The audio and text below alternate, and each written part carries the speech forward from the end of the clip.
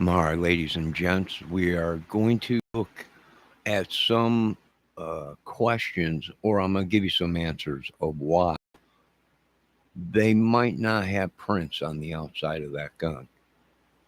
And the reason would be is let's look at the video real quick.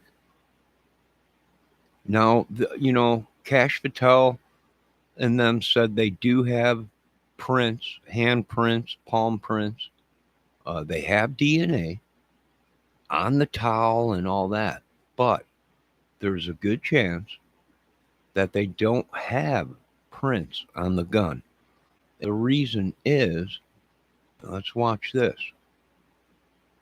And looks like maybe 12 to 18 feet full, hits the ground, and then runs. Now, that is where we are told the forearm Right, you print see and that the towel? palm print have been taken from, and also the foot imprint of See the that shoe towel? on the ground when he lands. Now, they traced from that video, they saw where he went into that wooded area, and that is where they found the rifle with these potentially political. All right, so that towel that he had,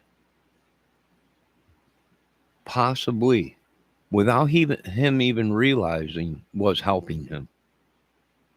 And that towel was rubbing up against that weapon and very well could have wiped all the prints off.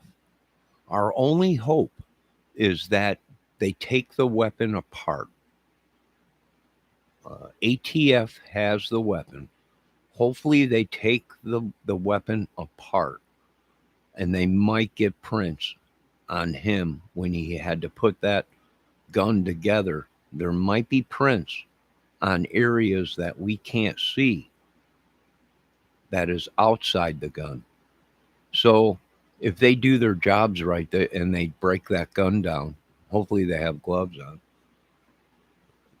It's very well possible that they'll find prints, but on the outside of the weapon, there's a good chance that towel that he was carrying there uh, wiped the prints off for him. He might have wiped the gun down before he put it in that towel or sack or whatever it was. So there is a good chance, like I said, if he got there early, put the gun together, ran to the position, shot, didn't break the gun down, right? And if he did break the gun down, then there there might be prints, you know. But I'm thinking him running around with that gun. If he didn't wipe the gun down before he put it in that uh, case, right? A real professional, what do you do? What would they do? Well, before as they're as they're putting the gun back together, they'd be they'd be wiping down that gun before they put they'd be wiping down the inner parts of the gun before they. He would have gloves on, not to leave any prints. He might have had gloves on. We don't know. Latex gloves. That's possible. That's also a scenario. Uh, to leave no prints, he would have to be very meticulous. Gloves right off the bat, that would cover any problems. If not, he would have to be wiping that gun down as he put it back together, and then wiped it down after he shot to leave no fingerprints or anything. So there's numerous things that he could have done. Now, whether he had the time after he made the shot to break the gun down again, I don't think so. He probably wanted to get the heck out of there. Uh, you know, what they said they found a screwdriver on top of the uh, building, which makes sense because you can't break that gun down in a second. I don't know. They had that one guy in the news that was saying, no, this gun could be broke down in 1 second. Not that gun. Not that gun. You would need a little bit of time to disassemble a bolt action like that and take the stock completely off and all that. You would need time and everything. Uh, a minute, I don't know. Not unless he just took the whole buttstock off. But then still, he would have to break the gun down to get the trigger system out of it. I don't know. Maybe, but if he was a professional, then you're not going to find any prints on the gun, probably because he wiped it all down or was wearing gloves. You know, but I think he had intentions. He was going to get away with it. I think in his thoughts there was other people involved, and they were going to pick up the gun. In return, they didn't have anything but palm prints, and a shoe print. And maybe if they found a screwdriver, then maybe they can get DNA off of that if he wasn't wearing gloves. So that's my thoughts on that. There's a good chance they won't find any prints on that gun on the outside. They might find something on the inside, maybe DNA or something, skin, follicle, hair, fingerprint on the inside of the weapon, as he was breaking it down or putting it together, leaving fingerprints on it. So we'll have to see. And it's very controversial what's going on with the angle and trajectory of the shot that was made. You know, there's a lot of people thinking it didn't come from up high, it came down from low. It could have been. A lot of people are saying it was a pellet gun. It could have been.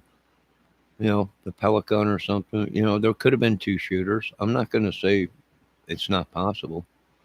And the footage out there of the guys making calls, there's two guys behind Charlie, one in a white hat, one in a black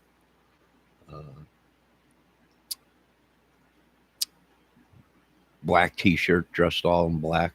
He also was throwing what looked to be calls, or maybe someone did take a shot with a pellet gun. These pellet guns these days are pretty powerful, and it went past him, and he felt it on his sleeve maybe and brushed it off. Thought it was a bee, mosquito, something, and then someone else, second shooter, took a shot from a lower trajectory. That's possible too. I don't know why these people don't think with open minds. They think everything is impossible when nothing is impossible anymore in the world we live in today. It's just too crazy, if you ask me. So, like I said, don't be upset, folks. If you don't, if they come back and say, well, there was no prints on the gun. If this guy was truly a professional or paid or anything, he surely must have knew he had to cover his tracks, and that means he had to have gloves on, not to leave any fingerprints or DNA. Latex gloves. If not, he wiped the whole gun down before he took off. But even then, you have inner workings of that weapon, and you got to put it back together, which would leave fingerprints. So, being that he was running with that towel might have cleaned that gun up and took a lot of prints off of it. That's true. And we don't know how they found the weapon. Everyone's saying, well, look, it's in a box. Come on. Well, for all we know, the authorities put it in a box to take it back to the lab. Right? The authorities put rubber gloves on, picked the gun up, and put it in a box. That might be government box to take weapons away. So, people don't get it contaminated or whatever. We don't know. I don't know. I mean, unless he carried he just got the gun and carried it in the box in a towel or whatever. We don't know. You folks have a great day. And let's see what ATF says after they do all the stuff. Cash Patel said they have palm prints, they have DNA, they have a shoe print, but they don't have prints or DNA yet on the gun because they sent the gun to the ATF department to have it gone through. So we'll see. Now, you folks have a great day. God bless. My condolences to Charlie Kirk's wife and children. It's horrible. Uh, there's a lot of people saying, it was because of Trump canceled all their sex operations or something and they had to pay for it out of their pockets or whatever. And that might be true, and we don't know. Uh, who knows? Stay safe. That's all I can say. The world's done gone crazy. We'll be back once there's more info out there, intel. Uh, God bless everyone. All glory goes to God. We'll be back.